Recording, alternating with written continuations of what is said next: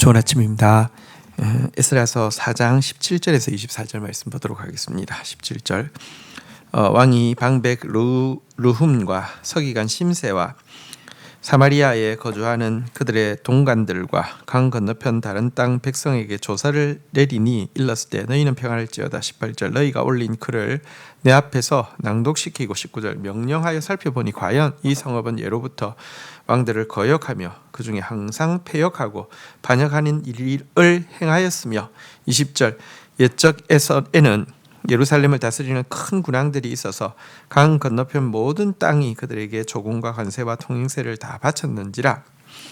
21절 이제 너희는 명령을 전하여 그 사람들에게 공사를 그치게 하여 그 성을 건축하지 못하게 하고 내가 다시 조서를 내리기까지 기다리라. 22절 너희가 삼가서 이 일을 게을리하지 말라. 어찌하여 화를 더하여 왕들에게 손해가 되게 하랴 하였더라.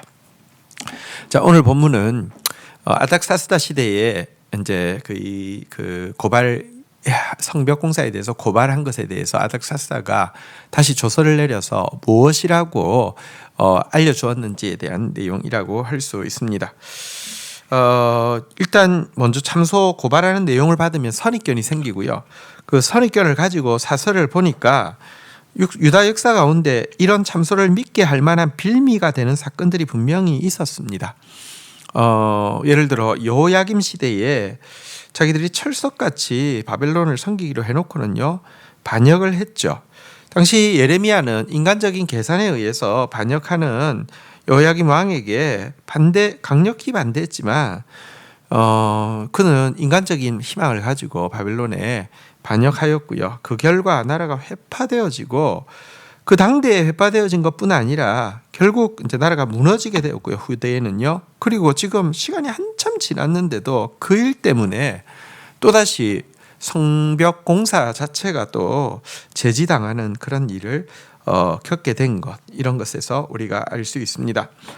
또 한 가지 아닥사스다로 하여금 이거 사설을 읽어본 그는 이거 이 조서의 이들의 고발장의 내용을 좀 신뢰하게 된 이유가 무엇이냐고 하며 과거 이 이스라엘이라는 민족이 과거는 유브라데 강 그 서쪽에까지 그러니까 이 거의 다 전역을 다스렸고 전역으로부터 조공을 받고 있던 위대한 역사를 가졌다는 사실을 알게 되고는 더 긴장을 하게 된 것 같습니다.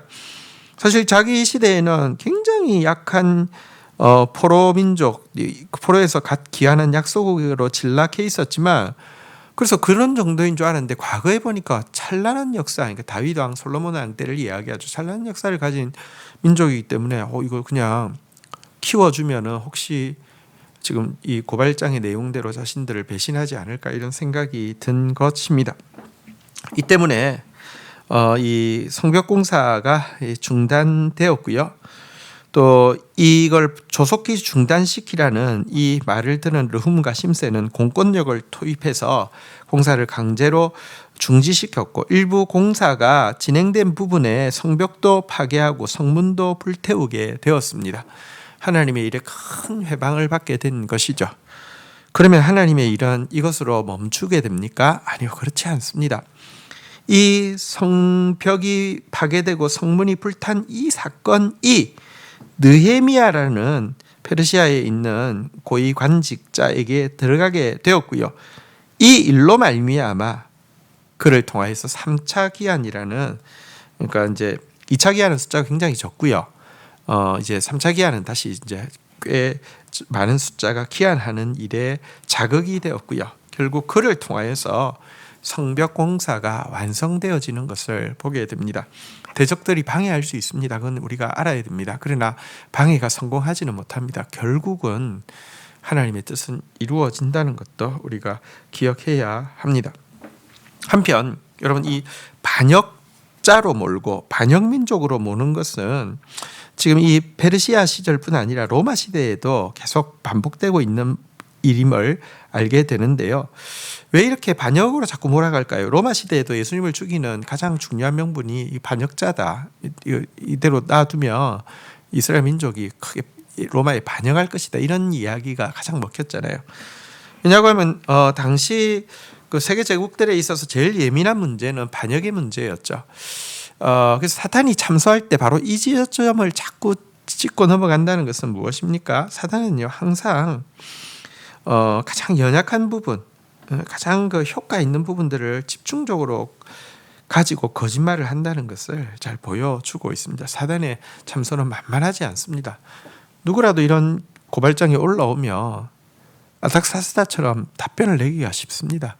하나님의 일이 방해가 심각하게 되고 멈춰지고 포기해야 될 텐데요. 그렇지 않다는 것을 우리가 말씀드린 대로 믿어야 합니다. 그래서 더 기도해야 하는 것이고요. 하나님의 영광을 보아야 하는 것입니다. 자, 이제 23절부터 보겠습니다. 아닥사스다 왕의 조서 초본이 르훔과 서기관 심세와 그의 동료 앞에서 낭독되매 그들이 예루살렘으로 급히 가서 유다 사람들을 보고 권력으로 억제하고 그 공사를 그치게 하니 24절. 이에 예루살렘에서 하나님의 성전 공사가 바리오 왕 바사 왕 다리오 제2년까지 중단되니라. 자, 이렇게 해서 이제 성벽 공사가 이제 중단된 이야기를 했는데요. 사실 이거는 다시 이야기합니다. 지금 앞에 성전 지대를 놓은 이야기하고는 상관없습니다. 그로부터 70년 이후부터 또 그 이후에 일어난 사마리아 사람들이 얼마나 집요하게 참소하는지에 대한 내용입니다. 여러분 이것으로 말미암아 성벽 공사가 2년 정도 중단되기는 되었습니다.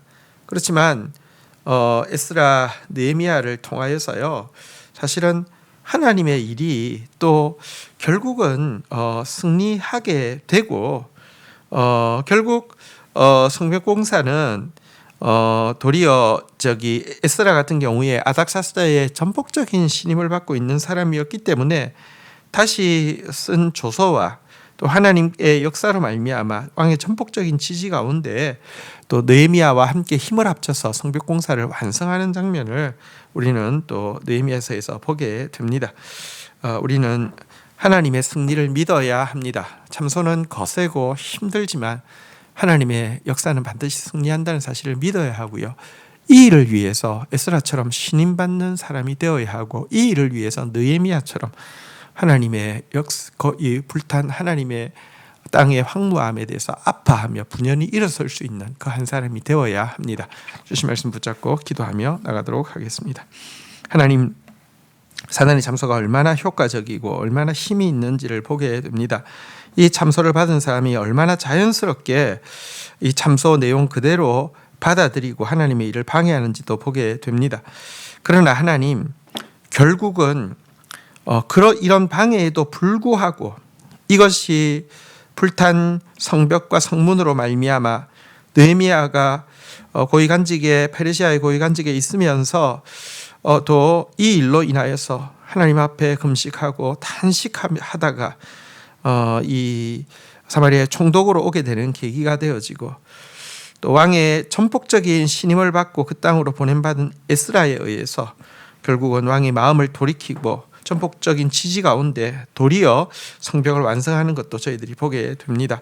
하나님 아버지, 이 대적의 방해로 말미암아 무너지는 자가 아니라 대적의 방해로 말미암아 도리어 더 하나님의 마음을 알고 하나님의 말씀을 붙잡고 또 정말 거룩한 삶으로 말미암아 이 대적함으로 말미암아 승리하는 저희들이 되어질 수 있도록 은혜를 더하여 주시옵소서. 예수 그리스도의 이름으로 기도 올립니다. 아멘. 오늘 저녁에 금요 부흥집회 있습니다.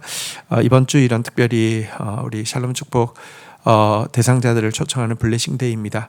영혼의 문을 열어주시고 초청자들의 마음을 붙들어 주시고 생명의 역사가 힘있게 나타나는 일은 기도 없이는 안 되는 일입니다. 함께 모여 기도해 주시기를 간곡히 부탁드립니다. 온라인 오프라인 최선을 다해서 함께 우리 간절히 영혼 구원의 열매를 위해서 기도해 주시기를 부탁드립니다. 감사합니다.